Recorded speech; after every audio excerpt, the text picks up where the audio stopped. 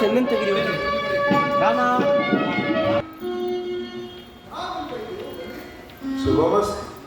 ಕುಮಾರ, ನಿನ್ನನ್ನು ಇಲ್ಲಿಗೆ ಕರೆಯಿಸಿದ ಕಾರ್ಯವು ಅತಿ ಮಹತ್ತರವಾದದ್ದು. ಎಂದರೆ 60,000 ವರ್ಷಗಳ ಕಾಲ ರಾಜ್ಯಭಾರ ಮಾಡಿ ಬಹಳವಾಗಿ ಬಳಲಿರುವ ನಾನು ವಿಶ್ರಾಂತಿಯನ್ನು ಬಯಸುತ್ತಿರುವೆ. ಆದ್ದರಿಂದ ನಿನಗೆ ಈ ಕೋಸಲ ಸಾಮ್ರಾಜ್ಯದ ಪಟ್ಟಾಭಿಷೇಕವನ್ನು ಕಟ್ಟಬೇಕೆಂದು ಇಚ್ಛಯಿಸಿರುವೆನು ಕುಮಾರ. ಹೌದು ರಾಮಚಂದ್ರ, ನಾಳೆ ಪಂಚಮಿ ಗುರುವಾರ ಅಭಿಜಿತ್ ಮುಹೂರ್ತದಲ್ಲಿ ಪಟ್ಟಾಭಿಷೇಕಕ್ಕೆ ಬಹಳ ಪ್ರಶಸ್ತವಾಗಿದೆ. ಆದ್ದರಿಂದ ನಾನೇ ಈ ಸಲಹೆಯನ್ನಿತ್ತಿರುವೆ. ಹಿರಿಯರ ಮಾತು ನನಗೆ ಮಾನ್ಯ. ಆದರೆ ಭರತ ಶತ್ರುಘ್ನರು ರಾಜ್ಯದಲ್ಲಿಲ್ಲದಿರುವ ಸಮಯದಲ್ಲಿ ಈ ಪಟ್ಟಾಭಿಷೇಕವು ಸೂಕ್ತವೇ? ಅವರಿಗೂ ಹೇಳಿ ಕಳುಹಿಸಿದ್ದೇನೆ ರಾಮಚಂದ್ರ. ಆಲಸ್ಯಂ ಅಮೃತಂ ವಿಷಂ. ಆದ್ದರಿಂದ ಗುರುಗಳಾದ ವಶಿಷ್ಠ ಮಹರ್ಷಿಗಳು ನಿಶ್ಚಯಿಸಿರುವ ಈ ಶುಭ ಪರಮೇಶ್ವರನಲ್ಲಿ ಪ್ರಾರ್ಥಿಸಿರುವೆ. ನೀನು ಪಟ್ಟಾಭಿಷೇಕಕ್ಕೆ ಸಕಲ ಸಿದ್ಧತೆಗಳನ್ನು ಅನುವು ಮಾಡಿಕೊ. ಮಂಗಳ ಸ್ನಾನಾದಿಗಳನ್ನು ಮುಗಿಸಿ ಪಟ್ಟಾಭಿಷೇಕಕ್ಕೆ ಸಿದ್ಧನಾಗು. ಶುಭ ಮುಹೂರ್ತದಲ್ಲಿ ರಕ್ಷಾಬಂಧನವನ್ನು ಕಟ್ಟುವೆ. ಧನ್ಯನಾದರು ಗುರುದೇವ, ಧನ್ಯನಾದರು. ನಿಮ್ಮ ಆಡತಿಯಂತೆ ಸಿದ್ಧನಾಗುತ್ತೇನೆ.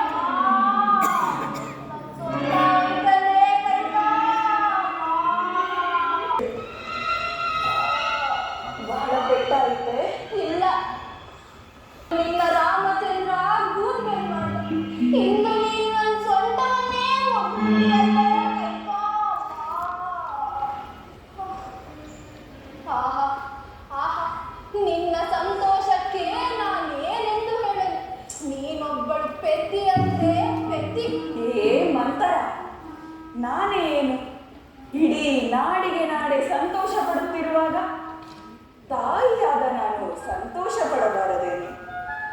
ನನ್ನ ಮುದ್ದು ಕುಮಾರನಾದ ಶ್ರೀರಾಮಚಂದ್ರನಿಗೆ ಪಟ್ಟಾಭಿಷೇಕವಾದರೆ ನನಗೆ ಸಂತೋಷವಲ್ಲವೇ? ಅಯ್ಯೋ ಮರುಳೆ, ಸವತಿ ಮಗನಾದ ಆ ರಾಮನಿಗೆ ಪಟ್ಟಾಭಿಷೇಕವೇ? ನಂತರ ಕೌಸಲ್ಯೆಯ ಭಾಗ್ಯವು ಬೇರೆ, ನನ್ನ ಭಾಗ್ಯವು ಬೇರೆಯೇನೆ. ಶ್ರೀರಾಮಚಂದ್ರನು ತನ್ನ ತಾಯಿಗಿಂತಲೂ ಅಧಿಕವಾದ ಪ್ರೀತಿಯನ್ನು ನನ್ನಲ್ಲಿಟ್ಟಿರುವನು. ಓ ಹೌದೇ? ಹಾಗಾದರೆ ಶ್ರೀರಾಮಚಂದ್ರನ ಪಟ್ಟಾಭಿಷೇಕದ ಸಂಗತಿಯನ್ನು ಮಹಾರಾಜರು ನಿನಗೇಕೆ ತಿಳಿಸಲಿಲ್ಲ? ಅದೂ ಅಲ್ಲದೆ ಭರತ ಶತ್ರುಘ್ನರು ಪಟ್ಟಣದಲ್ಲಿಲ್ಲದ ಸಮಯದಲ್ಲಿ ರಾಮನಿಗೆ ಪಟ್ಟ ಕಟ್ಟುವ ರಹಸ್ಯವಾದರೂ ಏನು? ಅದನ್ನಾದರೂ ನೀನು ಬಲ್ಲೆಯಾ? ಸರಿ ಮಂತರ, ಈಗ ರಾಮನ ಪಟ್ಟಾಭಿಷೇಕವಾದರೆ ನನಗಾಗುವ ತೊಂದರೆಯಾದರೇನು? ತೊಂದರೆ ಏನೆಂದು ಕೇಳುವೆಯ? ಒಂದೇ ಎರಡೇ. ರಾಮನು ರಾಜನಾದರೆ ಭರತನು ಆತನಿಗೆ ಸೇವಕನಾಗುವನು. ನೀನು ಆ ಕೌಸಲ್ಯೆಯ ದಾಸಿಯಾಗುವೆ.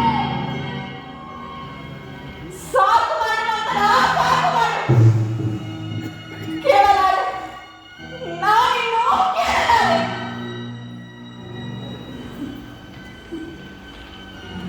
ಏನಿದು ಮಂತರ?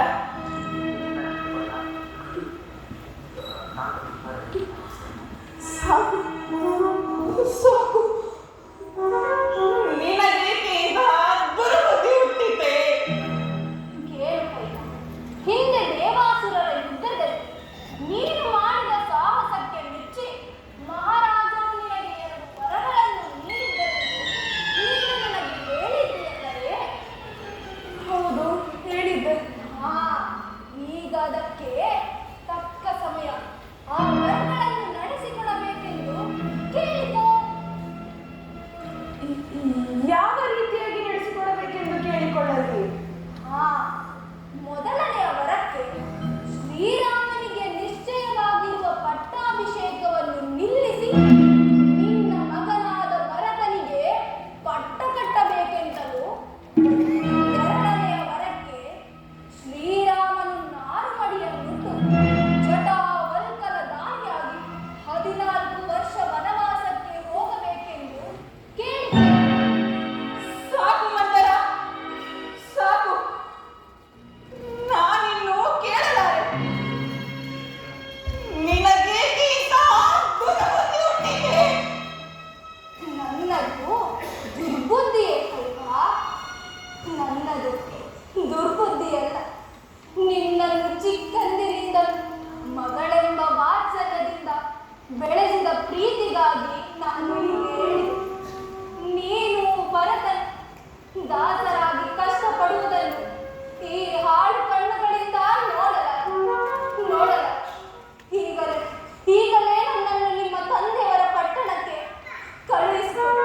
ನಂತರ ನಿನ್ನಿಷ್ಟ ಬಂದಂತೆ ಮಾಡಿ. ಮಂತರ, ನಿಲ್ಲು ಮಂತರ, ನಿಲ್ಲು ಮಂತರ. ರಾಮನ ಮೇಲಿನ ಪ್ರೀತಿಯಿಂದ ಈ ರೀತಿ ಮಾತನಾಡಬೇಕಾಯಿತು. ಎಷ್ಟೇ ಆದರೂ ನೀನು ನನ್ನ ಹಿತೈಷಿ, ಎಲ್ಲಿಗೂ ಹೋಗಬೇಡ. ಆಗಲಿ, ನೀನು ಹೇಳಿದಂತೆಯೇ ಕೇಳುವೆನು. ಈಗ ನಾನು ಯಾವ ರೀತಿ ವರ್ತಿಸಬೇಕೆಂದು ಹೇಳು. ನೀನು ಆಭರಣಗಳೆಲ್ಲವನ್ನು ಬಿಚ್ಚಿ ಬಿಸಾಡು. ಅಂದರೆ ಒಂದು ಮಾತು, ಶ್ರೀರಾಮನ ಮೇಲೆ ಆಣೆ ಇಡಿಸಿ ನಂತರ ವರಗಳನ್ನು ನಡೆಸಿಕೊಡಬೇಕೆಂದು ವಚನ ಕೊಡು. ನಂತರ ಈ ವರಗಳನ್ನು ಕೇಳಿ. ಆಗಲಿ ಮಂತರ, ನೀನು ಹೇಳಿದ ಹಾಗೆಯೇ ಮಾಡುವೆನು. ಮಹಾರಾಜರು ಬರುವಂತೆ ಭಾಸವಾಗುತ್ತದೆ. ನಾನು ಹೊರಡುತ್ತೇನೆ.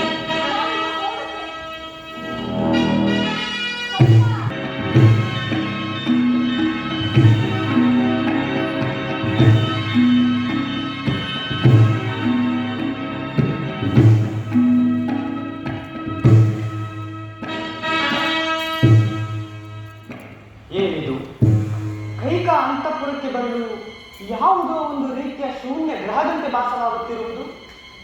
ನನ್ನಿಂದ ಏನಾದರೂ ಅಪಚಾರವಾಯಿತೆ? ಕೈಕಾ, ದೇವಿ ಕೈಕಾ. ಓ, ದಶರಥ ಮಹಾರಾಜರಿಗೆ ಈ ಕೈಕೆಯ ನೆನಪು ಈಗ ಬಂದಿತೇನು? ಏನಿದು ದೇವಿ? ಶ್ರೀರಾಮಚಂದ್ರನ ಪಟ್ಟಾಭಿಷೇಕದ ಸಂತೋಷದಲ್ಲಿರಬೇಕಾದ ನೀನು ಈ ರೀತಿಯಾಗಿ ಏಕೆ ವರ್ತಿಸುತ್ತಿರುವೆ? ಭರತ ಶತ್ರುಘ್ನರಿಲ್ಲದ ಸಮಯದಲ್ಲಿ ರಾಮನ ಪಟ್ಟಾಭಿಷೇಕಕ್ಕೆ ಅವಸರವೇನು ಸ್ವಾಮಿ? ಅಯ್ಯೋ ಮರುಳೆ, ಗುರುಗಳಾದ ವಶಿಷ್ಠ ಮಹರ್ಷಿಗಳು ನಿಶ್ಚಯಿಸಿರುವ ಶುಭ ಮುಹೂರ್ತವು ತ್ವರಿತವಾದ್ದರಿಂದ ಈ ರೀತಿಯಾಗಿ ಮಾಡಬೇಕಾಗಿದೆ ಅಲ್ಲದೆ ಭರತ ಶತ್ರುಘ್ನರನ್ನು ಬಿಟ್ಟು ಮಾಡಬೇಕೆಂದಲ್ಲ. ಕೈಕಾ, ಅದರ ಚಿಂತೆಯನ್ನು ಬಿಡು. ಈ ಶುಭ ಸಂದರ್ಭದಲ್ಲಿ ನಿನಗೇನು ಬೇಕೋ ಕೇಳಿಕೊ, ಸತ್ಯವಾಗಿಯೇ ನಡೆಸಿಕೊಡುವೆನು. ನಾನು ಏನು ಕೇಳಿದರೂ ನಡೆಸಿಕೊಡುವಿರಾ? ಅಗತ್ಯವಾಗಿ ಕೈಕಾ. ಹಾಗೆ ಸರಿ ಸರಿ ಸ್ವಾಮಿ. ಹಿಂದೆ ದೇವಾಸುರರ ಯುದ್ಧದಲ್ಲಿ ನಾನು ಮಾಡಿದ ಸಾಹಸಕ್ಕೆ ಮೆಚ್ಚಿ ನೀವು ನನಗೆ 2 ವರಗಳನ್ನು ಕೊಟ್ಟಿದ್ದೀರಿ. ನೆನಪಿದೆಯೋ? ನೆನಪಿದೆ ದೇವಿ, ನೆನಪಿದೆ. ಅದನ್ನು ಮರೆಯಲು ಸಾಧ್ಯವೇ?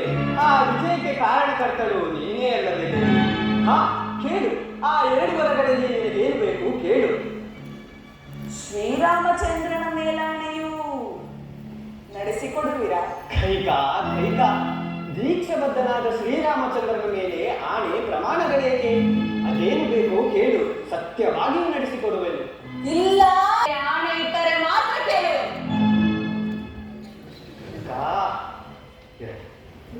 ಕೈಕಾ, ನೀನು ಹಠಮಾರಿ. ಆಗಲಿ, ಶ್ರೀರಾಮಚಂದ್ರನ ಆಣೆಗೂ ನಡೆಸಿಕೊಡುತ್ತೇನೆ. ಅದೇನು ಬೇಕು ಕೇಳು. ಈಗ ನಂಬುವೆಯಾ? ಗಮನವಿಟ್ಟು ಕೇಳಿ. ಮೊದಲನೆಯ ವರಕ್ಕೆ ರಾಮನ ಪಟ್ಟಾಭಿಷೇಕವನ್ನು ನಿಲ್ಲಿಸಿ ನನ್ನ ಮಗ ಭರತನಿಗೆ ಪಟ್ಟ ಕಟ್ಟಬೇಕು. ಎರಡನೆಯ ವರಕ್ಕೆ ರಾಮನ ನಾರುಮಡಿಯನ್ನಿಟ್ಟು 14 ವರ್ಷ ವನವಾಸಕ್ಕೆ ತೆರಳಬೇಕು. ಕೈಕಾ, ಚಿತ್ತಭ್ರಮಣೆಯಿಂದ ಮನಸ್ಸು ದಿಕ್ಕಿಟ್ಟು ಹೀಗೆ ಮಾತನಾಡುತ್ತಿರುವೆಯೋ ಅಥವಾ ತಮಾಷೆಗಾಗಿ ಹೀಗೆ ಹೇಳುತ್ತಿರುವೆಯಾ ಕೈಕಾ? ಸ್ವಾಮಿ, ಇದು ತಮಾಷೆಯೂ ಅಲ್ಲ, ನನಗೆ ಬುದ್ಧಿ ಭ್ರಮಣೆಯೂ ಇಲ್ಲ, ಚಿತ್ತ ವಿಕಾರವೂ ಇಲ್ಲ.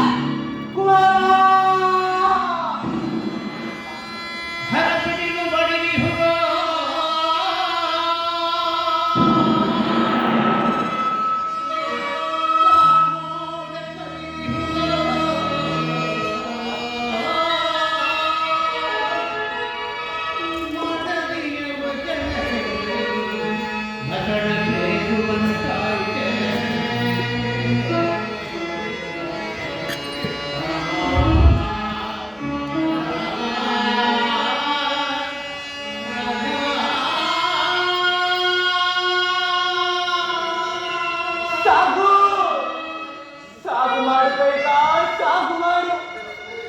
ರಾಮನೆಂದು ವನವಾಸಕ್ಕೆ ಹೋಗೆಂದು ಹೇಳಲು ನಿನಗೆ ಮನಸ್ಸಾದರೂ ಹೇಗೆ ಬಂತು ಕೈಕಾ? ನಿನಗೆ ಮನಸ್ಸಾದರೂ ಹೇಗೆ ಬಂತು? ಈ ವಿಷಯವೇನಾದರೂ ಕೋಮಲ ಹೃದಯನಾದ ರಾಮನಿಗೆ ತಿಳಿದರೆ ಅದೆಷ್ಟೊಂದು ನೊಂದುಕೊಳ್ಳುವುದು ಕೈಕಾ, ಅದೆಷ್ಟೊಂದು ನೊಂದುಕೊಳ್ಳುವುದು. ಅದು ಅಲ್ಲದೆ ಅಯೋಧ್ಯೆಯ ಜನರು ಪರಿಪರಿಯಾಗಿ ಆಡಿಕೊಳ್ಳುವರು ಕೈಕಾ, ಆಡಿಕೊಳ್ಳುವರು. ಬೇಡ ಕೈಕಾ, ಬೇಡ. ರಾಮನನ್ನು ವನವಾಸಕ್ಕೆ ಹೋಗೆಂದು ಆಜ್ಞಾಪಿಸಬೇಡ ಕೈಕಾ, ಆಜ್ಞಾಪಿಸಬೇಡ. ಹಾಗೇನಾದರೂ ರಾಮನ ವನವಾಸಕ್ಕೆ ಹೋದರೆ ನನ್ನ ಪಂಚ ಪ್ರಾಣಗಳು ಉರುಳಿ ಹೋಗುವುದು ಕೈಕಾ, ಉರುಳಿ ಹೋಗುವು. ಆಗ ನೀನು ವಿಧವೆ ಆಗಿ ಜನರ ನಿಂದನೆಗೆ ಗುರಿಯಾಗುವೆ ಕೈಕಾ, ಗುರಿಯಾಗುವೆ. ಬೇಡ ಕೈಕಾ, ಬೇಡ. ನನ್ನ ಮಾತನ್ನು ಕೇಳು ಕೈಕಾ, ಕೇಳು. ಆಡಿದ ಮಾತಿಗೆ ತಪ್ಪಿದೆನೆಂದು ಹೇಳಿಬಿಡಿ. ನಡೆಸಿಕೊಡುವುದಾದರೆ ನಡೆಸಿಕೊಡು, ಇಲ್ಲವಾದರೆ ಬಿಡಿ.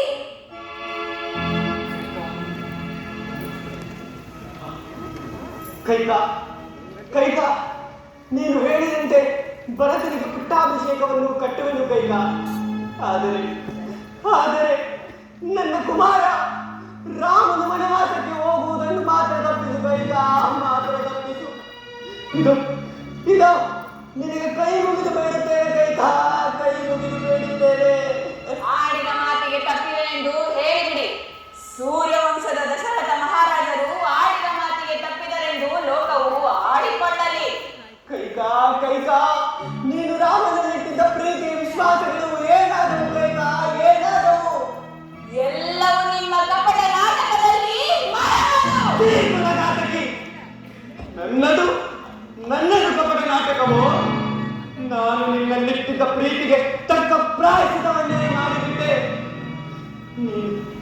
ನೀನು ನಾರಿಯಲ್ಲ, ಈ ಸೂರ್ಯವಂಶವನ್ನೇ ನುಂಗಲು ಬಂದ ನಾರಿ.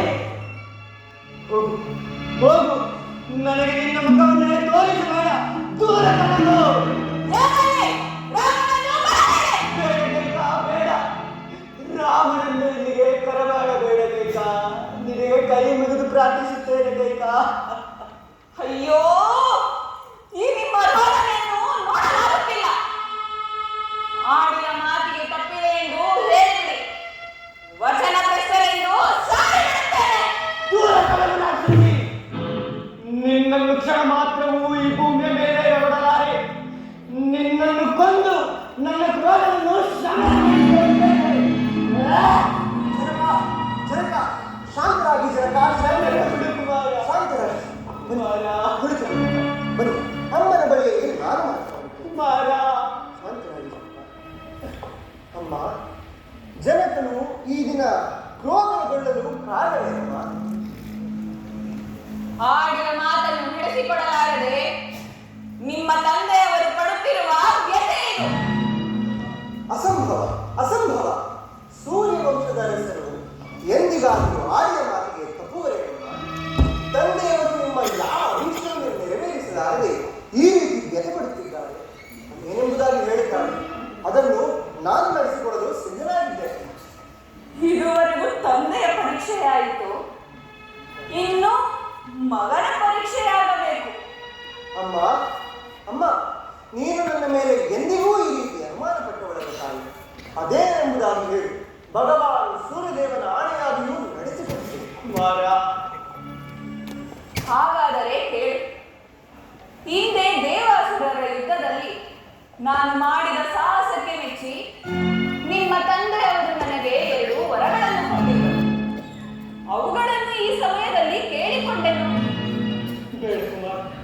ಬೇಡ ಕುಮಾರ, ಬೇಡ. ಈ ಅವಿವೇಕಿಯ ಮಾತನ್ನು ಕೇಳಬೇಡ. ಈಕೆ ಪುತ್ರಘಾತಕಿ, ಕುಲಘಾತಕಿ, ನಮ್ಮ ಸೂರ್ಯವಂಶವನ್ನೇ ನುಂಗಲು ಬಂದ ನರರೂಪದ ಬ್ರಹ್ಮರಾಕ್ಷಿ.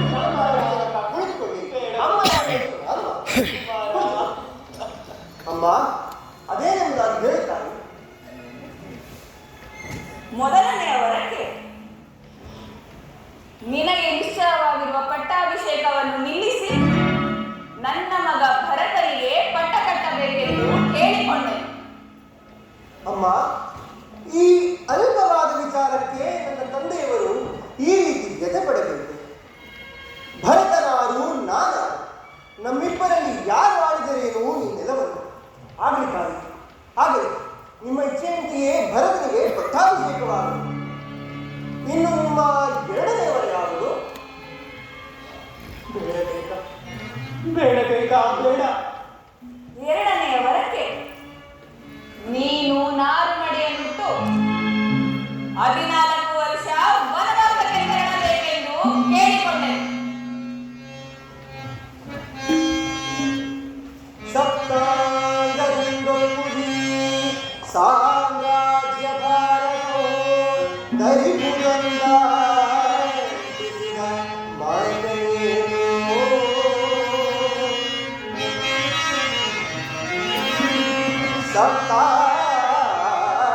ಸಪ್ತಾಂಗದಿಂದೊಪ್ಪುದಿ ಸಾಮ್ರಾಜ್ಯ ಭಾರತೋ ದರಿಪುರಂದ ಮರ್ದನೇನು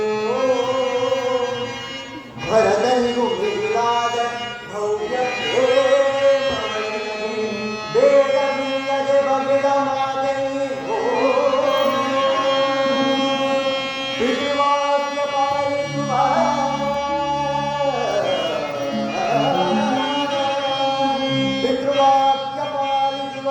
ಮುದ್ರರತ್ನರೊಳಗಮರ ಕೀರ್ತಿಯನ್ನು ಓಡಿಸಿದ ಮಾತೆ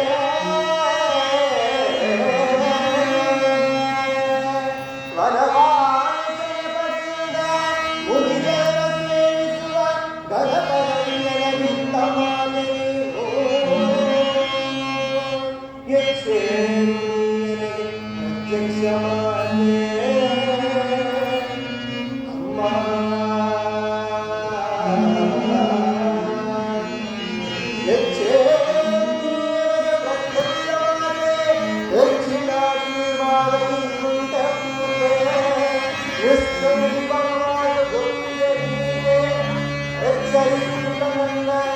ನಮಿಸಿಕೋ ಮಾತೆ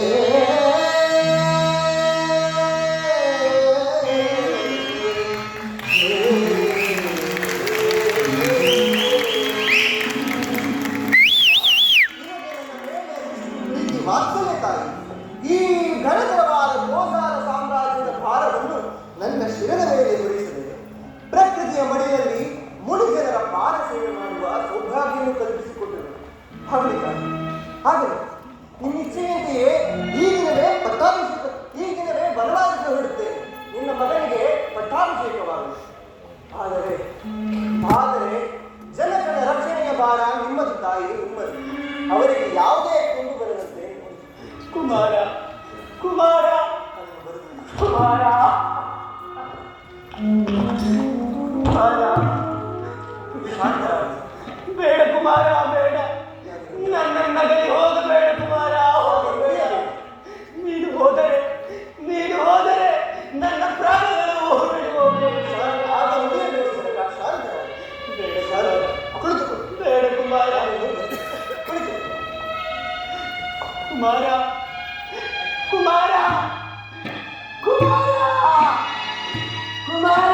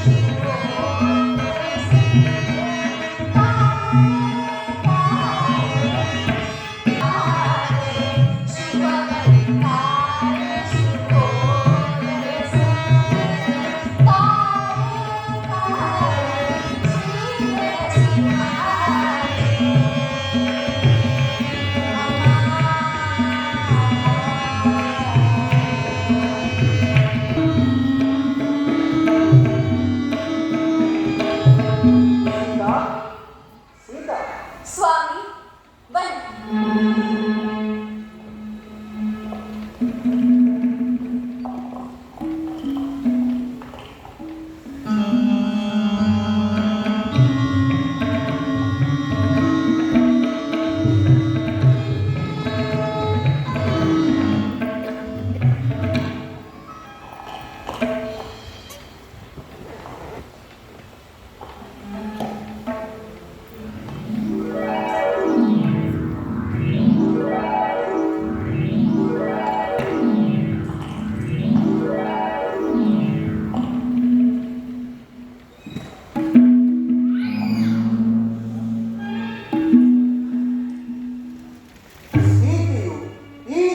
ಪಟ್ಟಾಭಿಷೇಕವೆಂದು ತಿಳಿದು ಅದೆಷ್ಟು ಸಂಭ್ರಮಿಸುತ್ತಿರುವಳು.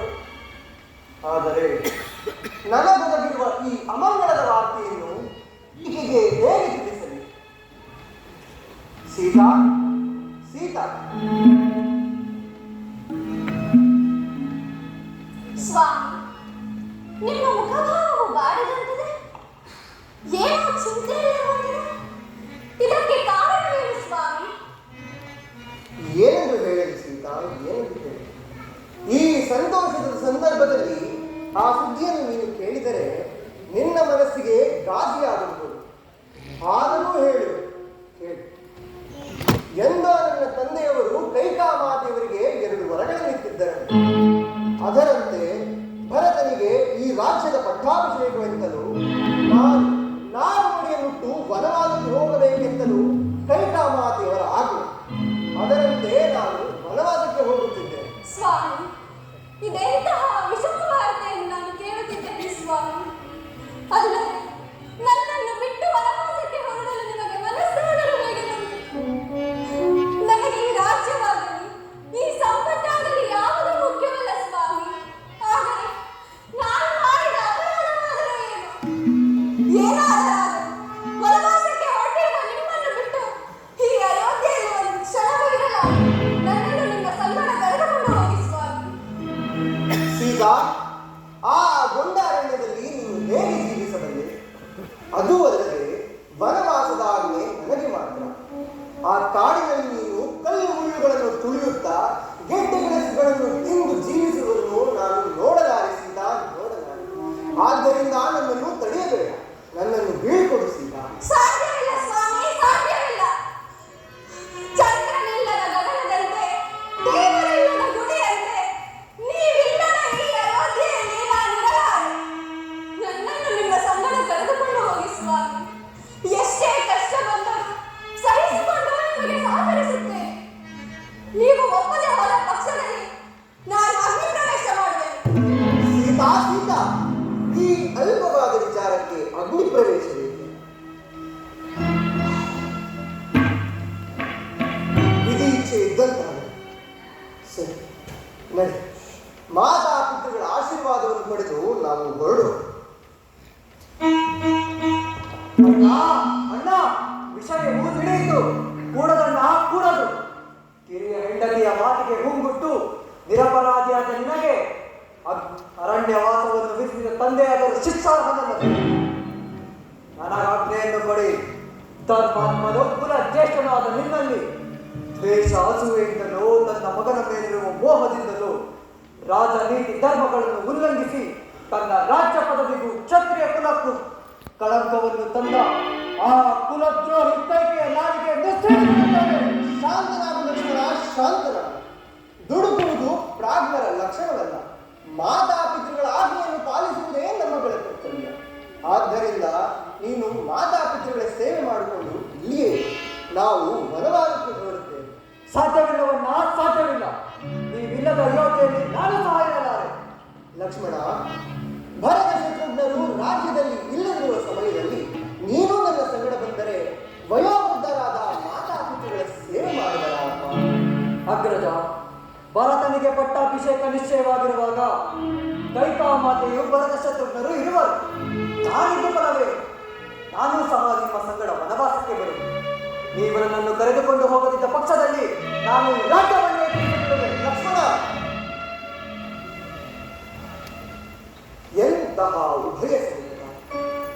ಸೀತೆಯೂ ನನ್ನ ಹಿಂದೆ ಉಳಿದಿದ್ದಾಳೆ, ನೀನು ಸಹ ಅದ ಸಾಧಿಸುತ್ತೀರಿ. ನಿನ್ನ ನಗರಿ ನಾನು ಸಹ ಇರಲ್ಲ. ಪರಮೇಶ್ವರನ ಇಚ್ಛೆ ಇದ್ದಂತಾಗ ಸರಿ, ನಡೆ. ಮಾತಾಪಿತೃಗಳ ಆಶೀರ್ವಾದವನ್ನು ಪಡೆದು ನಾವು ಹೊರಡು. ಹಾಗೇ ಆಗಲ್ಲ.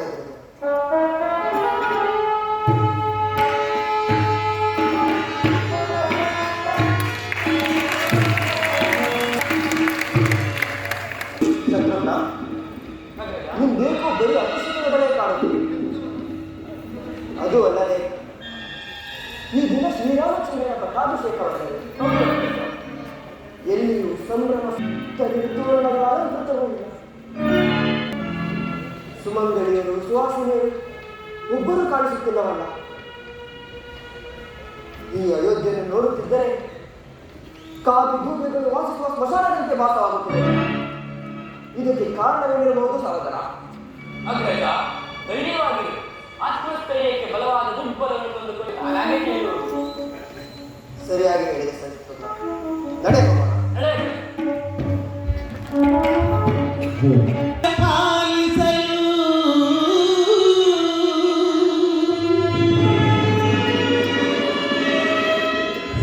ಸತಿ ಸಹಜಾತನೊಡಗೂಡಿ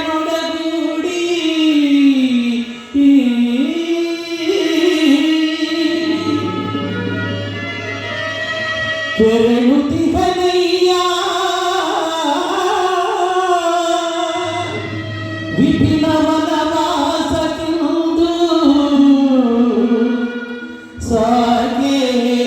ಸಾಕೇತರಾಮ ಕೌಸಲ್ಯ ರಾಮ ಸದ್ಗುಣರಾಮ ಸುಗುಣಾಭಿರಾಮ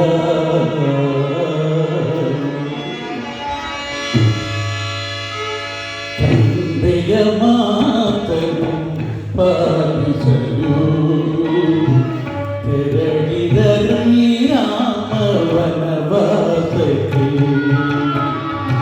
ತಂದೆಯ ಮಾತನ್ನು ಪಾಲಿಸಲು ತೆರಳಿದರು ರಾಮ ವನವಾಸಕ್ಕೆ ಸೀತ ಸಮೇತ ಲಕ್ಷ್ಮಣ ಸಹಿತ ಸೀತ ಸಮೇತ ಲಕ್ಷ್ಮಣ ಸಹಿತ ಮೂವರು ನಡೆದರು ವನವಾಸಕ್ಕೆ ಜನಗಣ ಮಾತ ಪಾಲಿಸಲು ನಡೆದರು ಶ್ರೀರಾಮ ವನವಾಸಕ್ಕೆ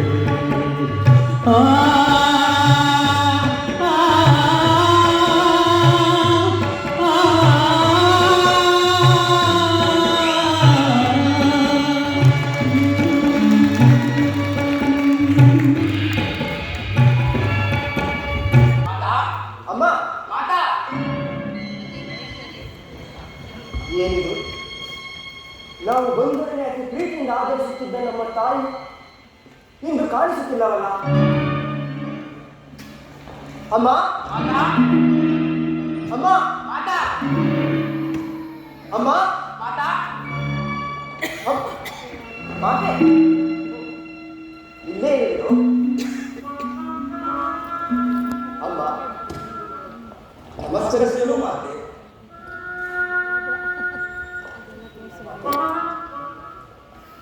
ಏಕೆ ಈ ರೀತಿ ಚಿಂತಾಕ್ರಾಂತರಾಗಿ ವ್ಯಸನ ಪಡುತ್ತಿವೆ? ನಿಮ್ಮ ಮುಖವನ್ನು ನೋಡುತ್ತಿದ್ದರೆ ಏನೋ ಆಗಬಾರದ ಅನಾಹುತ ಸಂಭವಿಸಿರಬಹುದೆಂದು ಕಂಡುಬರುತ್ತದೆ. ಅದೇನಾಯಿತು ಎಂಬುದನ್ನು ಸ್ಪಷ್ಟಪಡಿಸುತ್ತಾರೆ. ಅಮ್ಮ, ಅದು ಅಲ್ಲದೆ ಈ ಅರಮನೆಯನ್ನು ನೋಡುತ್ತಿದ್ದರೆ ಶೂನ್ಯ ಗೃಹದಂತೆ ಭಾಸವಾಗುತ್ತಿದೆ. ಏನು ಮಾತೆ? ಅಮ್ಮ, ನಿಮ್ಮ ಮುಖಕಮಲವು ಬಾಡಿದೆ. ಅಯೋಧ್ಯೆಯ ಕೀರ್ತಿ ಧ್ವಜವೇ ಮಿದು ಬಿದ್ದಂತಿದೆ. ನಮ್ಮ ಹೃದಯದಲ್ಲಿ ಭಯ ಆಗುತ್ತಿದೆ. ಸುಮ್ಮನೆ ಏನಾಯ್ತು ಸ್ಪಷ್ಟಪಡಿಸಮ್ಮ. ಅಮ್ಮ, ಏನಾಯಿತು ಎಂಬುದನ್ನು ತಿಳಿಸುತ್ತಾರೆ. ಹೆತ್ತ ಮಕ್ಕಳಿಗೂ ತಿಳಿಸಬಾರದಂತಹ ವಿಷಯವೇನು? ರಾಮ ಲಕ್ಷ್ಮಣರಿಗೆ ಮಾತೃಶ್ರೀ ಸಮಾನರಾದಂತಹ ಸೀತಾ ಮಾತೆಯವರು ಒಬ್ಬರೂ ಕಾಣಿಸುತ್ತಿಲ್ಲವಲ್ಲ? ಮಾತೆ, ನೀನು ಏನೂ ಹೇಳದೆ ಈ ರೀತಿ ಮೌನವಾಗಿದ್ದರೆ ನಮಗೆ ತಿಳಿಯುವುದಾದರೂ ಹೇಗೆ? ನಿನ್ನ ಕೈ ಮುಗಿದು ಬೇಡಿಕೊಳ್ಳಲು ತಿಳಿಸು ತಾಯಿ. ಏನಾಯ್ತು ಎಂಬುದನ್ನು ಸ್ಪಷ್ಟಪಡಿಸಮ್ಮ.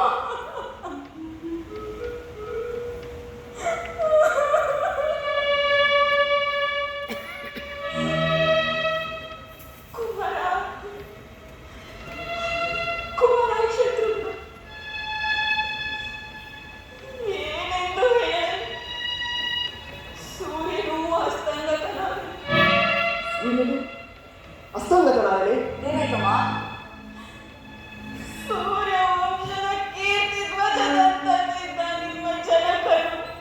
ನಮ್ಮ ಜನಕನು ಜನಕನಿಗೆ ಏನಾಯ್ತಮ್ಮ?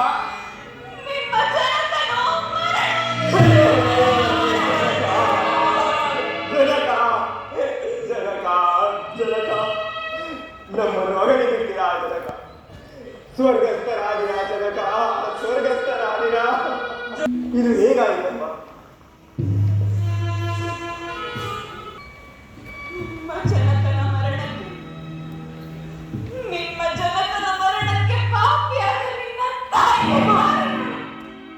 ಏನು ಹೇಳುತ್ತೀರಿ?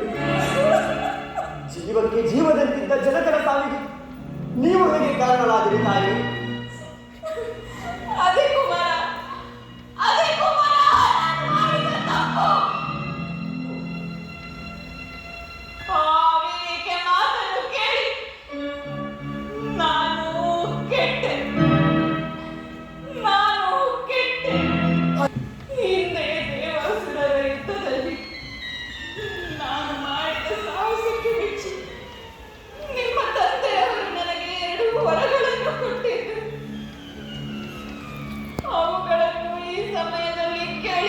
ಕೇಳಿಕೊಂಡೆನು ಕುಮಾರ, ಕೇಳಿಕೊಂಡೆನು. ಅದೇನೆಂಬುದಾಗಿ ಕೇಳಿಕೊಂಡಿರಿ ಮಾತೆ? ಹೇಳಮ್ಮ. ಮೊದಲನೆಯ ವರಕ್ಕೆ ರಾಮನಿಗೆ ನಿಶ್ಚಯವಾಗಿರುವ ಪಟ್ಟಾಭಿಷೇಕವನ್ನು ನಿಲ್ಲಿಸಿ ನಿನಗೆ ಪಟ್ಟ ಕಟ್ಟಲೆಂತನು. ಎರಡನೆಯ ವರಕ್ಕೆ ರಾಮನು ನಾರುಮಡಿಯನ್ನುಟ್ಟು 14 ವರ್ಷ ವನವಾಸಕ್ಕೆ ತೆರಳಬೇಕೆಂದು ಕೇಳಿಕೊಂಡನು ಕುಮಾರ, ಕೇಳಿಕೊಂಡನು. ಏನು ಹೇಳುತ್ತೀರಿ ಮಾತೆ? ಶ್ರೀರಾಮನಿಗೆ ನಿಶ್ಚಿತವಾದ ಪಟ್ಟಾಭಿಷೇಕವನ್ನು ನಿಲ್ಲಿಸಿ ನನಗೆ ಪಟ್ಟ ಕಟ್ಟಬೇಕೆಂತಲೂ ರಾಮನು ನಾರುಮಡಿಯನ್ನಿಟ್ಟು 14 ವರ್ಷ ವನವಾಸಕ್ಕೆ ಹೋಗಬೇಕೆಂದು ಯಾಚಿಸಿದವಳು ನನ್ನ ತಾಯಿ ಕೈಕೆಯೇ, ದಶರಥ ಮಹಾರಾಜನ ಧರ್ಮಪತ್ನಿಯೇ. ಅಮ್ಮ, ಯಾರ ರಾಜ್ಯವನ್ನು ಯಾರಿಗೆ ಪಟ್ಟ ಕಟ್ಟಲಿದ್ದಾಗಿದೆ ಅಮ್ಮ? ಅಮ್ಮ ಎಂಬ ಶಬ್ದಕ್ಕೆ ನೀನು ಅರ್ಹಳೇನು? ವಂಶನಾಶವೆಂಬ ತಲಹದಿಯ ಮೇಲೆ ದಶರಥ ಮಹಾರಾಜನ ಮೃತ ದೇಹವನ್ನು ಸ್ತಂಭದಂತೆ ನಿಲ್ಲಿಸಿ ಮಾತ್ಸರ್ಯ, ಅಸೂಹೆ, ಅಸಹನೆ, ಅಸಭ್ಯತೆ ಎಂಬ ಭವನವನ್ನೇ ನಿರ್ಮಿಸಿ ಪುತ್ರದ್ರೋಹ, ಪತಿದ್ರೋಹ, ರಾಜದ್ರೋಹ, ವಂಶದ್ರೋಹವೆಂಬ 4 ಸ್ತಂಭಗಳಿರುವ ಸಿಂಹಾಸನವನ್ನೇ ರಚಿಸಿ ದ್ರೋಹವೆಂಬ ಚಕ್ರದ ಕೆಳಗೆ ನನ್ನನ್ನು ಕುಳ್ಳಿರಿಸಿ ಸಂತೈಸಲು ಮನ ಮಾಡಿದೆ ಹೇಗೆ ತಾಯಿ? ಪಾಪಾತ್ಮಳೆ, ನಿನ್ನನ್ನು ಹೀಗೆ ಬಿಟ್ಟಿದೆ ಆದರೆ ಈ ಅಯೋಧ್ಯೆಯಲ್ಲಿರುವ ಪುಣ್ಯಶೀಲ ಎಲ್ಲರಿಗೂ ನಿನ್ನಂತಹ ದುರ್ಬುದ್ಧಿಯೇ ಪ್ರಾಪ್ತವಾಗುತ್ತದೆ. ನಿನ್ನನ್ನು ಈಗಲೇ ಕೊಂಡು ನನ್ನ ಮನಸ್ಸಿನ ಕ್ರೋಧವನ್ನು ಶಾಂತ ಮಾಡಿಕೊಳ್ಳುವ. ಹತ್ತುವುದೇ ಮಹಾಪಾಪಕರ. ನಾವೀಗಲೇ ಹೋಗಿ ಶ್ರೀರಾಮಚಂದ್ರನನ್ನು ಹುಡುಕಿ ಕರೆತಂದು ಪಟ್ಟಾಭಿಷೇಕ ಮಾಡೋಣ. ನಡೆಯಲ್ಲ? ಸರಿಯಾಗಿ ಹೇಳಿದೆ ಶತ್ರು. ಈ ಪಾಪೆಯನ್ನು ಕೊಂದು ನನ್ನ ಖಡ್ಗ ಮಲಿನವಾಗುತ್ತದೆ. ಇನ್ನೊಂದು ಕ್ಷಣವು ನಾವಿಲ್ಲಿ ಇರುವುದು ಬೇಡ. ನಡೆ ಹೋಗೋಣ.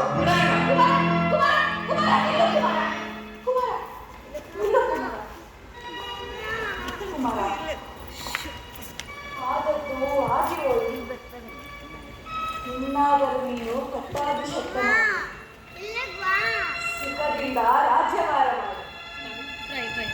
ನನ್ನ ಮನಸ್ಸಿಗೆ ಸಂತೋಷವನ್ನುಂಟು ಮಾಡು ಕುಮಾರ. ಏನು ಹೇಳಿಗೆ ತಾಯಿ?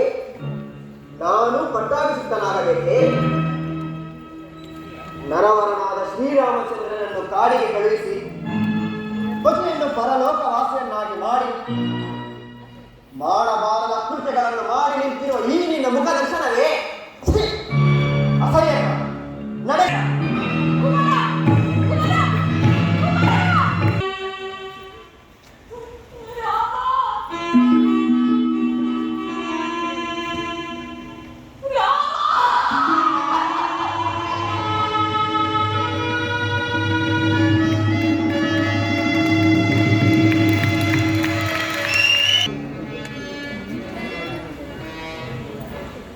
ನೋಡಿದೆಯಾ ಲಕ್ಷ್ಮಣ, ಇವನು ನಮ್ಮ ಮೇಲಿಟ್ಟಿರುವ ಪ್ರೀತಿಯನ್ನು.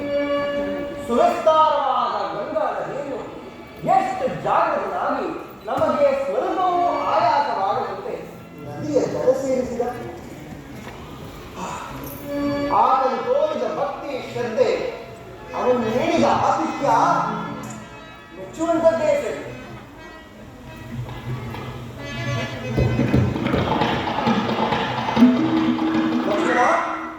ಅತ್ತ ನೋಡು, ಕೆಂಡೂರಿಯು ನಭೋಮಂಡಲದಲ್ಲಿ ತುಳಗಳ ಪಲ್ಲಟದಿಂದ ಗೆದ್ದ ಕೆಂಡೂರಿಯನ್ನು ನೋಡುತ್ತಿದ್ದರೆ ಯಾರೋ ರಾಜಪುತ್ರರು ಬೇಟೆಗಾಗಿ ಬಂದರು. ಹೋಗಿ ನೋಡಿಕೊಂಡು ಬಾ ಲಕ್ಷ್ಮಣ. ಹಾಗೆ ಆದರೆ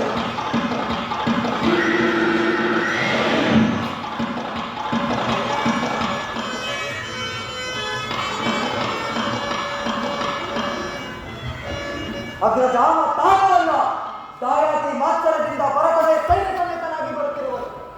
ತಾವು ನನಗೆ ಅಪ್ಪಣೆಯನ್ನು ಕೊಟ್ಟರೆ ಅವನನ್ನು ಅವನ ಪರಿವಾರವನ್ನು ಧ್ವಂಸ ಮಾಡಿ ಬರುವೆ. ಶಾಂತನಾಗಿ ಲಕ್ಷ್ಮಣ. ಭಾರತದ ಸೋದರ ವಾತ್ಸಲ್ಯವನ್ನು ನೀರಲ್ಲಿ ಅವನು ನಮ್ಮ ನಾಶಕ್ಕಾಗಿ ಬರುತ್ತಿರುವನು ಅಥವಾ ನಮ್ಮ ಬಳಿ ಕ್ಷಮೆಯಾಚಿಸಲು ಬರುತ್ತಿರುವನು ಇದು ಅಗ್ರಜ ಶ್ರೀರಾಮಚಂದ್ರ ನಮಸ್ಕರಿಸಿ ನಮಸ್ಕರಿಸಿ. ಭರತ ಶತ್ರುಘ್ನರೇ, ನಿಮಗೆ ಮಂಗಳವ. ಈ ಘೋರಾರಣ್ಯದಲ್ಲಿ ತಮ್ಮನ್ನು ಹುಡುಕಲು ತುಂಬಾ ಅಲೆದಾಡಿದೆ. ಕೊನೆಗೂ ನಿಮ್ಮ ದರ್ಶನವಾಯಿತು. ಅದೇ ನಮ್ಮ ಸೌಭಾಗ್ಯ. ಭರತ ಶತ್ರುಘ್ನರೇ, ನೀವು ಮಾವನ ಮನೆಯಿಂದ ಯಾವಾಗ ಬಂದಿರಿ? ಅದು ಅಲ್ಲದೆ ನಾವು ಅಯೋಧ್ಯೆಯನ್ನು ಬಿಟ್ಟು ಬರುವಾಗ ನಿಮ್ಮನ್ನು ನೆನೆಯಲು ಹಂಬಲಿಸಿ ಉತ್ಸಾಹದಿಂದ ಹೊರಟು ಬಂದೆವು. ಅಯೋಧ್ಯೆಯನ್ನು ಬಿಟ್ಟು ಬಂದ ನಮಗೆ ಅಲ್ಲಿನ ಸಂಗತಿಗಳೇ ತಿಳಿದು ಬರುತ್ತಿಲ್ಲ.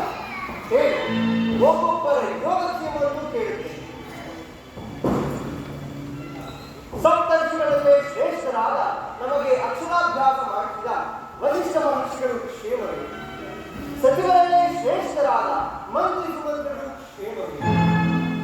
ಪತಿಯ ಎದುರಿನಲ್ಲಿ ಕಣ್ಣೀರಿಡುತ್ತಾ ಒಂದು ಮಾತನ್ನೂ ಆಡದೆ ನಮ್ಮನ್ನು ಬೀಳ್ಕೊಟ್ಟ ಸೋದರ ಲಕ್ಷ್ಮಣನ ತಾಯಿ ಸುಮಿತ್ರಾದೇವಿಯು ಕ್ಷೇಮವೇ? ನಮ್ಮ ವಾಸಗಳು ಹೊತ್ತು ಹೆತ್ತು ಮುತ್ತಿಟ್ಟು ಜೋಪಾನ ಮಾಡಿ ಕಳುಹಿಸಿಕೊಡಲಾರದ ವಾರದಲ್ಲಿಯೂ ನಮ್ಮನ್ನು ಕಳುಹಿಸಿಕೊಟ್ಟ ನನ್ನ ತಾಯಿ ಕೌಸಲ್ಯಾದೇವಿಯು ಕ್ಷೇಮದಿಂದಿರುವಳೆ. ಹೇಳು ಭರತ. ಭರತ ಶತ್ರುಘ್ನರೇ, ನಿಮಗೆ ಪಟ್ಟವನ್ನು ಕಟ್ಟಿಸಿ ಅಣ್ಣನಾದ ಶ್ರೀರಾಮಚಂದ್ರನಿಗೆ ವನವಾಸವನ್ನು ವಿಧಿಸಿದ ಶ್ರೇಷ್ಠರಾದ ನಿನ್ನ ತಾಯಿ ನಮ್ಮ ಚಿಕ್ಕಮ್ಮ ಕೈಕಾ ಮಾತೆಯು ಕ್ಷೇಮವೇ? ಹೇಳು ಭರತ. 60,000 ವರ್ಷಗಳ ಕಾಲ ರಾಜ್ಯಭಾರ ಮಾಡಿ ಕೆಚ್ಚಲೆಯ 4 ಪುತ್ರರನ್ನು ಪಡೆದಿದ್ದಲ್ಲದೆ ಕಟುವಾಂಗ ಎಂಬ ಹೆಸರಿನಿದ್ದವನು ಪುಷ್ಪರಥ ಎಂಬ ಅನ್ವರ್ಥ ನಾಮವನ್ನು ಪಡೆದು ದೇವಾಸುರರ ಯುದ್ಧದಲ್ಲಿ ದಶದಿಕ್ಕುಗಳಲ್ಲಿ ಒಬ್ಬನೇರಕನಾಗಿ ಹೋರಾಡಿ ಯುದ್ಧದಲ್ಲಿ ವಿಜಯವನ್ನು ಹೊಂದಿ ದೇವಾನುದೇವತೆಗಳಿಂದ ದಶರಥ ಎಂಬ ಬಿರುದಾಂಕಿತವನ್ನು ಪಡೆದ ನಮ್ಮ ಜನಕನ ಕ್ಷೇಮವೇ? ಇದೆಲ್ಲಿಯ ಕ್ಷೇಮವಲ್ಲ, ಇದೆಲ್ಲಿಯ ಕ್ಷೇಮ? ಎಲ್ಲರ ಕ್ಷೇಮಕ್ಕೂ ಅಂತ್ಯವಾಯಿತಲ್ಲ, ಅಂತ್ಯವಾಯಿತು. ಅಂದರೆ ಏನು ಹೇಳುತ್ತೀವಿ ಭರತ? ಇದೆಲ್ಲಿಯ ಜನಕ ಇಲ್ಲ. ತಾವು ವನವಾಸಕ್ಕೆ ಹೊರಟು ಬಂದ ಕೂಡಲೇ ಜನಕನು ಸ್ವರ್ಗಸ್ಥರಾದರು.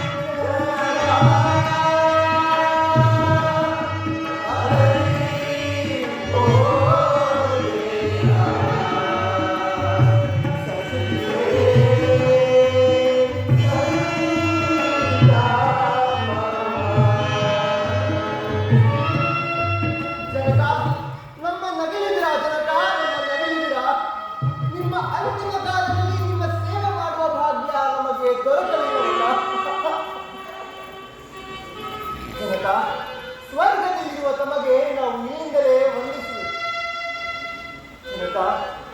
ನಮ್ಮ ಅಗಲಿಕೆಯ ದುಃಖವನ್ನು ತಾಳಲಾರದೆ ನಮ್ಮ ನಗಲಿಗರಾದಂತ ನಮ್ಮ ನಗಲಿಗರ ನಿಮ್ಮ ಅಂತಿಮ ಕಾಲದಲ್ಲಿ ನಿಮ್ಮ ಸಂಘದಲ್ಲಿದ್ದು ನಿಮ್ಮ ಸೇವೆ ಮಾಡುವ ಭಾಗ್ಯ ನಮ್ಮ ಯಾರ ಹೊಣೆಯಲ್ಲಿ ಬರೆಯಲಿಲ್ಲವಲ್ಲ ಭರತ.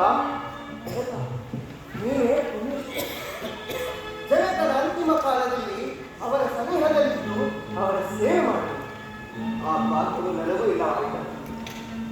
ಜನಕನ ಮರಣ ಕಾಲದಲ್ಲಿ ನಾನು ಸಹ ಅವರ ಬಳಿಯೇ ಭರತ. ಜನಕನ ಅಂತಿಮ ಕಾಲದಲ್ಲಿ ನೀನು ಅವರ ಬಳಿಯಲ್ಲಿರಲಿಲ್ಲ. ಜನಕ, ನಿಮ್ಮ ಅವಸಾನ ಕಾಲದಲ್ಲಿ ನಾವಾರು ನಿಮ್ಮ ಬಾಯಿಗೆ ಗಂಗೋದಕವನ್ನು ಬೆಳೆದಿದ್ದಂತಾಯಿದೆ. ಅಯ್ಯೋ, ನಾವೆಂತಹ ನಿರ್ಭಾಗ್ಯಶಾಲಿಗಳು. ಭರತ, ಕಳೆದು ಹೋದದ್ದರ ಬಗ್ಗೆ ಚಿಂತಿಸಿ ಫಲವಿಲ್ಲ.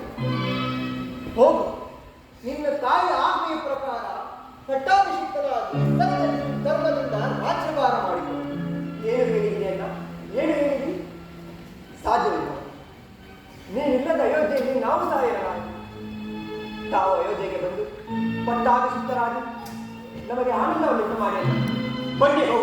ಬನ್ನಿ ಅಣ್ಣ. ಭರತ, ಮಾತೆಯವರ ಆಜ್ಞೆಯ ಪ್ರಕಾರ ನಿನಗೆ ಪಟ್ಟಾಭಿಷೇಕ, ನನಗೆ ಬಲವಾಸ. ಅದರಂತೆ ನಾನು ನನ್ನ ಕರ್ತವ್ಯದಲ್ಲಿ ನಿರತನಾಗಿದ್ದೇನೆ. ನನ್ನ ವನವಾಸದ ಅವಧಿಯು ಮುಗಿಯುವ ತನಕ ನಾನು ಹೊರಪ್ರವೇಶ ಮಾಡುವುದಿಲ್ಲ. ಅದೂ ಅಲ್ಲದೆ ನಿನ್ನ ಭಾಗ್ಯಕ್ಕೆ ಬಂದ ಸಿಂಹಾಸನವನ್ನು ನಾನು ಹೇಳುವುದಾದರೆ ದತ್ತಾಪಹಾರ ದೋಷಕ್ಕೆ ಗುರಿಯಾಗುವುದು. ಅಲ್ಲ, ನಾನಾಗಿ ಸಿಂಹಾಸನವನ್ನು ಬಿಟ್ಟುಕೊಡುತ್ತಿರುವಾಗ ನೀನೆಲ್ಲೇ ದತ್ತಾಪಹಾರ ದೋಷ? ಭರತ, ನೀನು ಏನೇ ಹೇಳಿದರೂ ನನ್ನ ಮನಸ್ಸು ಅದರಿಂದ ಭರತನ ಆಸೆಯಂತೆ ನಡೆದುಕೊ, ಅವನಿಗೂ ಸಂತೋಷ ಉಂಟು ಮಾಡು.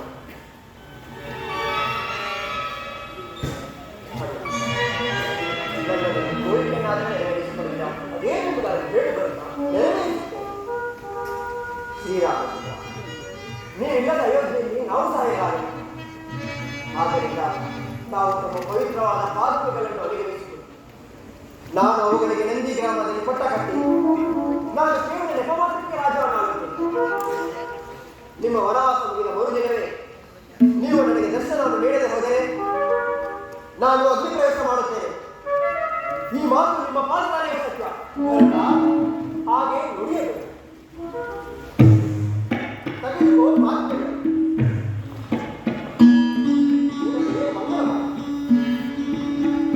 ಧನ್ಯರಾಗಿ ಧನ್ಯರಾಗಿ.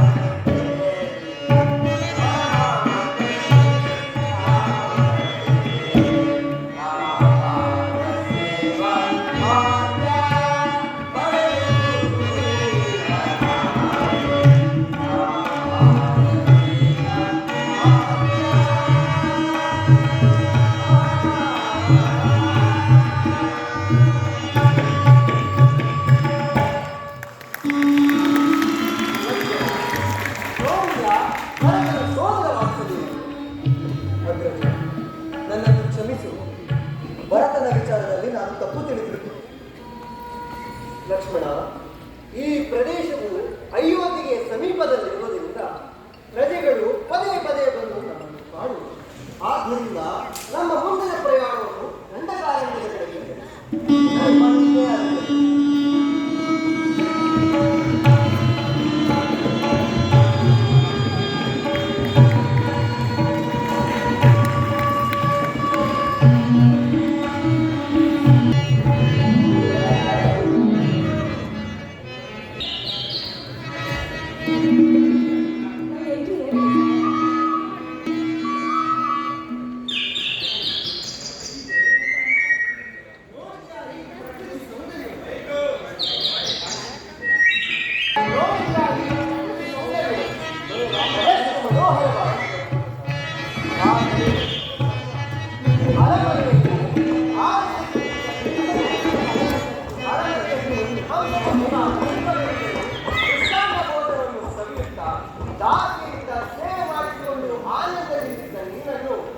ಈ ಕಾರಣಕ್ಕೆ ಕರೆತಂದರಲ್ಲ ಎಂಬುದೇ ಬೇಸರ.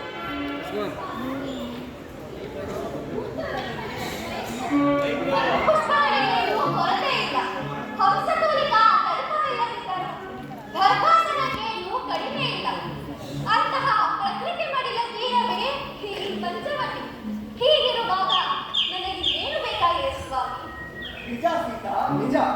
ನಿನ್ನ ಮಾತು ಸತ್ಯ. 14 ವರ್ಷ ವನವಾಸವನ್ನು ಇಲ್ಲಿಯೇ ಆನಂದದಿಂದ ಕಳೆಯಬಹುದು. ಅದು ಅಲ್ಲದೆ ಲಕ್ಷ್ಮಣನು ನನ್ನ ಆಜ್ಞೆಯ ಪ್ರಕಾರ ಈ ಪರ್ಣಕುಟೀರವನ್ನು ಎಷ್ಟು ಚಮತ್ಕಾರವಾಗಿ ಸುಂದರವಾಗಿ ನಿರ್ಮಿಸಿ. ಸರಿ, ಫಲವನ್ನು ತರಲು ಹೋದ ಲಕ್ಷ್ಮಣನು ಇನ್ನು ಬಾಧಿಸಬೇಕೆ?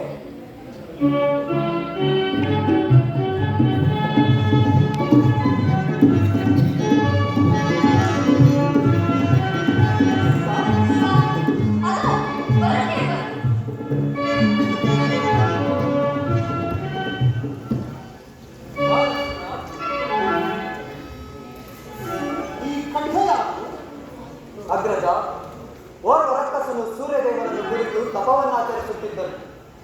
ಆತನ ತಪಸ್ಸಿಗೆ ಮೆಚ್ಚಿ ಭಗವಾನ್ ಭಾಸ್ಕರನು ಆತನಿಗೆ ಖಡ್ಗವನ್ನು ಕೊಡುವಷ್ಟರಲ್ಲಿ ನಾನೇ ಆತನಿಂದ ಕಸಿದುಕೊಂಡೆ. ಕಾರಣ, ರಾಕ್ಷಸರು ವರವನ್ನು ಪಡೆದ ನಂತರ ಲೋಕ ಕಲ್ಯಾಣಕ್ಕೆ ವಿರುದ್ಧವಾಗಿ ವರ್ತಿಸುವರೆಂದು ಬಲಗೊಂಡು ಆತನನ್ನು ಈ ಖಡ್ಗದಿಂದಲೇ ಚಿರಚ್ಛೇದನ ಮಾಡಿದೆ. ಒಳ್ಳೆಯ ಕೆಲಸವನ್ನೇ ಮಾಡಿ.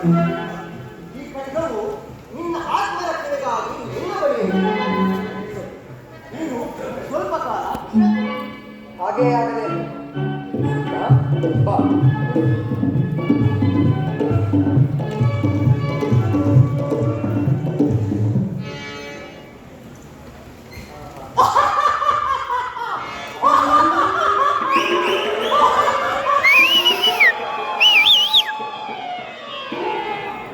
ಬೆಳಗ್ಗಿನಿಂದಲೂ ಈ ಘೋರ ಅರಣ್ಯದಲ್ಲಿ ಎಷ್ಟು ಹುಡುಕಿದರೂ ನನಗೆ ಇಷ್ಟವಾದ ಸಿಕ್ಕಿರಲ್ಲ.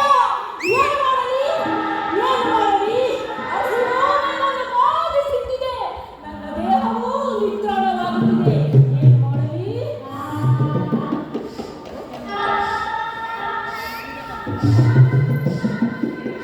ಇಲ್ಲೆಲ್ಲ ನನ್ನ ಮನುಷ್ಯನ ವಾಸನೆ ಗಮಗಮ ಎಂದು ಬರುತ್ತಿದೆ.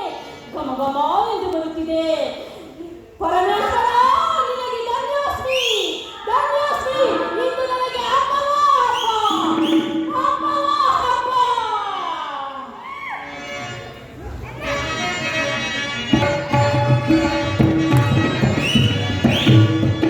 ಇಂದು ನನ್ನ ಮದುವೆ ಆನಂದವ, ಸರಿಯಾಗಿ ಮಾತವ.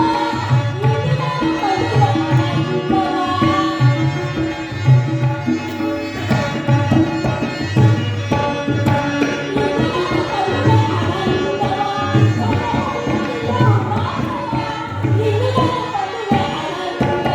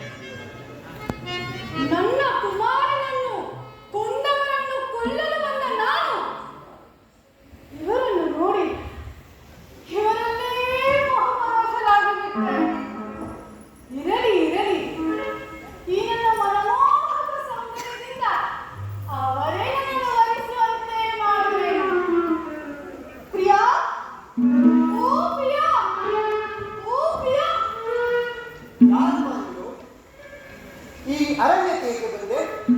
ನಿನ್ನ ದೇಶ ಯಾವುದು? ನಿನ್ನ ಹೆಸರೇನು? ನನ್ನಿಂದ ನಿನಗೇನಾಗಬೇಕು?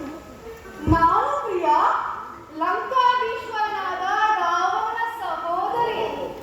ನನ್ನನ್ನು ಸುಂದರ ಸೂರ್ಪನಖ ಎಂದು ಕರೆಯುವರು. ಓ, ನೀನು ರಕ್ಕಸಿಯೇ? ಆ, ಸರಿ, ಈ ಅರಣ್ಯಕ್ಕೆ ಏಕೆ ಬಂದೆ? ನಾನು ನಿಮ್ಮನ್ನು ಲಗ್ನವಾಗಲು ಬಂದಿದ್ದೇನೆ ಪ್ರಿಯ, ಲಗ್ನವಾಗಲು ಬಂದಿದ್ದೇನೆ. ನನ್ನ ಕೈ ಹಿಡಿದು ನಡೆಸು ಬಾ ಪ್ರಿಯ, ನನ್ನ ಕೈ ಹಿಡಿದು ನಡೆಸು ಬಾ. ಅಮ್ಮ, ನಾವು ಏಕಪತ್ನಿ ವ್ರತಸ್ಥ. ನಿನ್ನನ್ನು ಲಗ್ನವಾಗ ಓಹೋ, ಏಕಪತ್ನಿ ವ್ರತಸ್ಥನಂತೆ. ಪ್ರಿಯ, ಹಾಗಾದರೆ ಒಂದು ಕೆಲಸ ಮಾಡಿ, ನೀವು ಆಕೆಯನ್ನು ಕ್ಷಮಿಸಿ ನನ್ನನ್ನು ವರಿಸಿ, ಆಗ ನಿಮ್ಮ ವ್ರತಕ್ಕೆ ಯಾವ ಭಂಗನೂ ಬರುವುದಿಲ್ಲ. ನಾನು ಈಕೆಯನ್ನು ಅಗ್ನಿಸಾಕ್ಷಿಯಾಗಿ ಕೈ ಹಿಡಿದಿದ್ದೆ. ಓಹೋ, ಅಗ್ನಿಸಾಕ್ಷಿಯಾಗಿ ಕೈ ಹಿಡಿದಿದ್ದೀರಾ? ಹಾಗಾದರೆ ನನ್ನನ್ನು ವಾಯುಸಾಕ್ಷಿಯಾಗಿ ಕೈ ಹಿಡಿಯಿರಿ. ವಾಯುಸಾಕ್ಷಿಯಾಗಿ ಯಾರ ಕೈಯಲ್ಲಿ ಹಿಡಿಯಲಾರೆ? ಸರಿ, ನಿನಗಿನ್ನು ಲಗ್ನವಾಗುವುದೇನು? ಅಯ್ಯೋ, ಆಗಿತ್ತು ಪ್ರಿಯ, ಆಗಿತ್ತು. ಆ ನನ್ನ ಗಂಡನಲ್ಲ ಮೊಸಳೆಯನ್ನು ತಿನ್ನಲು ಹೋಗಿದ್ದಂತ ಶಿಲೆಗೆ ವನವಾಸಿಯಾದ ನಾನು ನಿನ್ನಂತಹ ಸುರಸುಂದರನನ್ನು ಹುಡುಕುತ್ತಿದ್ದೆ. ನಿಮ್ಮನ್ನು ನೋಡಿದ ಕ್ಷಣ ನಿಮ್ಮನ್ನೇ ಸ್ಮರಿಸಿಬಿಟ್ಟೆ. ನನ್ನ ಕೈ ಬಿಡಬೇಡ ಪ್ರಿಯ, ನನ್ನ ಕೈ ಬಿಡಬೇಡ. ಅಕ್ಕ, ಏ ಅಕ್ಕ, ಅಕ್ಕ, ನೀನಾದ್ರೂ ಸ್ವಲ್ಪ ಹೇಳೆ, ನಾವಿಬ್ಬರು ಅನ್ಯೋನ್ಯವಾಗಿ ಇರ್ತೀವಿ ಎಂದು. ಸ್ವಾಮಿ, ಅವಳ ಬಯಕೆಯನ್ನು ಈಡೇರಿಸಿ. ಆದರೆ ಜಾಗ್ರತೆ, ಅವಳ ಆಯತಕ್ಕೆ ನಿಮ್ಮ ಮೇಲೆ ಬಿದ್ದರೆ ನಿಮಗೆ ಮೇಲೆಲ್ಲೂ ಕಷ್ಟವಾಗಬಹುದು. ಸೀತಾ, ಸೀತಾ, ಪರಿಹಾಸ್ಯ ಮಾಡಬೇಡ. ನೀನು ಲಗ್ನವಾಗಬೇಕೆಂಬ ಅವಸರದಲ್ಲಿ ಹೌದು ಹೌದು ಹೌದು ಪ್ರಿಯ. ಈ ಕಾರಣಕ್ಕೆ ನಾನು ನೋಡಲೇ ಬಂದಿಲ್ಲ. ಆ ಪಾರ್ಶ್ವದಲ್ಲಿ ನನ್ನ ಸಹೋದರನಾದ ಲಕ್ಷ್ಮಣನಿದ್ದಾನೆ. ಓಹೋ, ಅವರ ಬಳಿಗೆ ಹೋಗು. ನಿನ್ನ ಕಾರ್ಯವು ನಿಶ್ಚಯವಾಗಿ ನೆರವೇರು. ಓಹೋ, ಹಾಗೆ ಆದರೆ ಆತನು ನಿಮಗಿಂತ ಸುಂದರವಾಗಿರುವುದೇ? ಹೌದು ಹೌದು, ನನಗಿಂತಲೂ ತುಂಬಾ ಸುಂದರನಾಗಿದ್ದಾನೆ. ಹೌದೇ? ಹಾಗೆ ನೀವು ನನಗೆ ಬರಲೇ? ಹಾ, ಬಾಡಿಗೆ ನೀನು ಲಗ್ನವಾಗುವ ಆಟದಲ್ಲಿ ಹೌದು ಹೌದು. ಹೇಗೆ ಬಾಬಾ? ಗುರುತುಗಳನ್ನು ಬರೆಯಿರಿ. ಓಹೋ, ಹಾಗೆ ಬಾಬಾ, ಹಾಗೆ. ಅವರಿಗೆ ತೋರಿಸು. ನಿನ್ನ ಕಾರ್ಯವು ನೆರವೇರು. ಹಾಗೆ ಬಾಬಾ, ಹಾಗೆ ಹಾಗೆ. ವರ ಸಿಕ್ಕಿದ್ರೆ ನಿಲ್ಲುವೆ, ನಿಲ್ಲುವೆ. ವರ ಸಿಕ್ಕಿದ್ರೆ ಸಾಕು. ನಾನಿದ್ದು ನೋಡೋದಿಲ್ಲ. ಲಗ್ನವಾದ ಮೇಲೆ ನೋಡಿಕೊಂಡರೆ ಆಯ್ತು. ಬರ್ತಿದ್ದು ಆಯ್ತಾ ಬಾಬಾ? ಹಾಗೆ ನೀನು ಹೊರಡು. ನನಗೆ ಬರಲೇ ಬಾಬಾ? ಅಕ್ಕ, ನನಗೆ ಬರಲೇ? ಹಾ, ಬರಬೇಡ, ಹೊರಡು. ಪ್ರಿಯ? ಓ ಪ್ರಿಯ? ಓಹೋ, ಆತ ಹೇಳಿದ್ದು ನಿಜವೇ. ಈತ ಆತನಿಗಿಂತ ಬಹು ಸುಂದರವಾಗಿರುವನು. ಪ್ರಿಯ, ನನ್ನ ಸುಂದರಾಂಗ, ನನ್ನ ಪ್ರಾಣನಾಂಗ. ಯಾರು ನೀನು ಶುಭಂಗೆ? ದೂರ ನಿಲ್ಲು. ನಾನು ಪ್ರಿಯ, ನಾನು ಲಂಕಾಧೀಶ್ವರನಾದ ರಾವಣನ ಸಹೋದರಿ. ನನ್ನನ್ನು ಸುಂದರ ಸೂರ್ಪನಖ ಎಂದು ಕರೆಯುವರು. ನನ್ನನ್ನು ವರಿಸು ಬಾ, ನನ್ನನ್ನು ವರಿಸು ಬಾ. ಓಹೋ, ನೀನು ರಾವಣನ ಸಹೋದರಿಯೇ? ಹಾ. ಹಾಗಾದರೆ ನೀನೊಂದು ಅಸುರ ಕನ್ಯೆ. ನಿನ್ನನ್ನು ವರಿಸಲು ಸಾಧ್ಯವಿಲ್ಲ. ನನಗಿಂತಲೂ ಹಿರಿಯನಾದ ನನ್ನನ್ನು ಶ್ರೀರಾಮಚಂದ್ರನಿರುವನು. ಅವನ ಬಳಿಗೆ ಹೋಗು. ನಿನ್ನ ಇಷ್ಟಾರ್ಥವು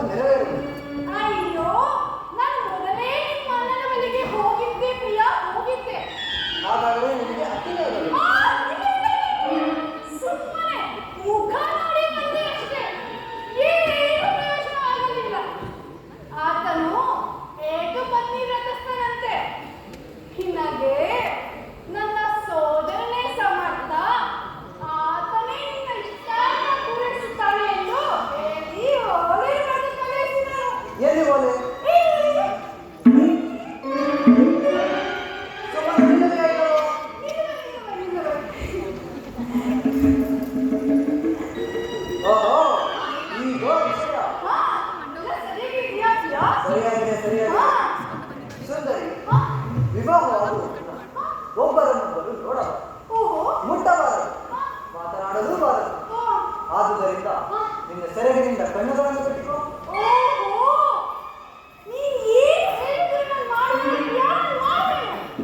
ಏನು ಹೇಳಿದರೂ ಮಾಡಬೇಕು. ಅವರನ್ನು ಕುಳಿತುಕೋ, ನಿಲ್ಲು, ಕುಳಿತುಕೋ, ನಿಲ್ಲು, ತಿರುಗು. ನಿನ್ನನ್ನು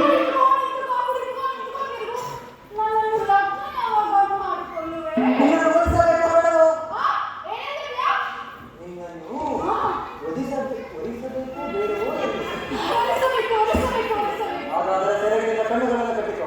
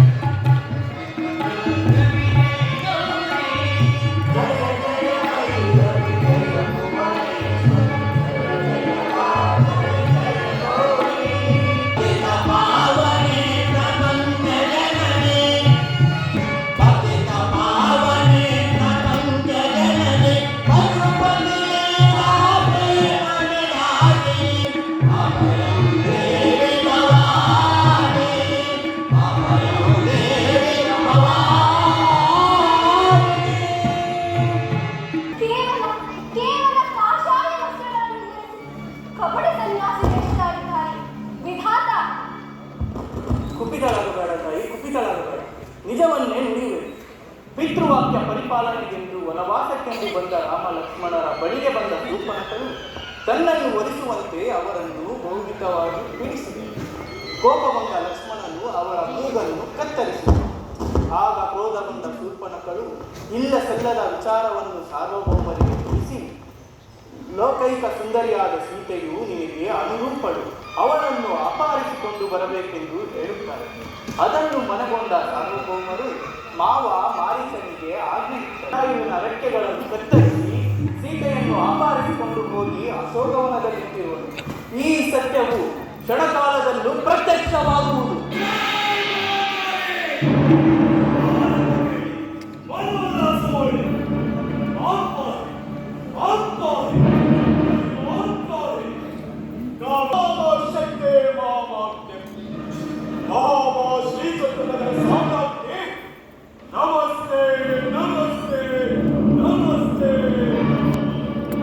ಪ್ರಭು,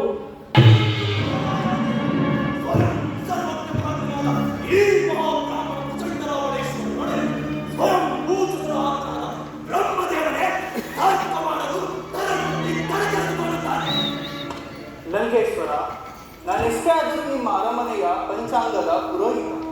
ವಿಭೀಷಣ ರಾಜೇಂದ್ರರು ಎಷ್ಟೇ ಆದರೂ ನಿಮ್ಮ ಒಡಹುಟ್ಟಿದ ತಮ್ಮ.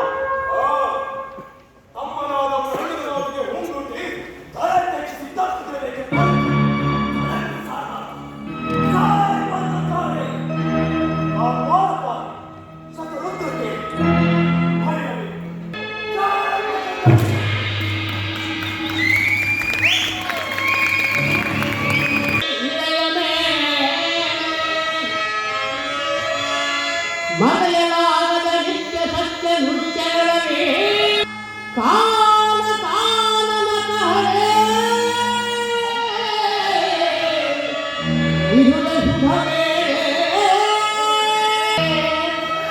ಶುಭವೇ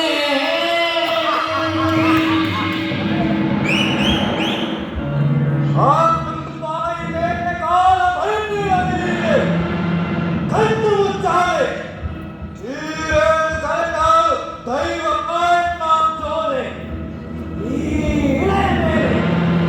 ಮರೆಯಲಾಗದ ನಿತ್ಯ ಸತ್ಯ ನೃತ್ಯಗಳಲ್ಲಿ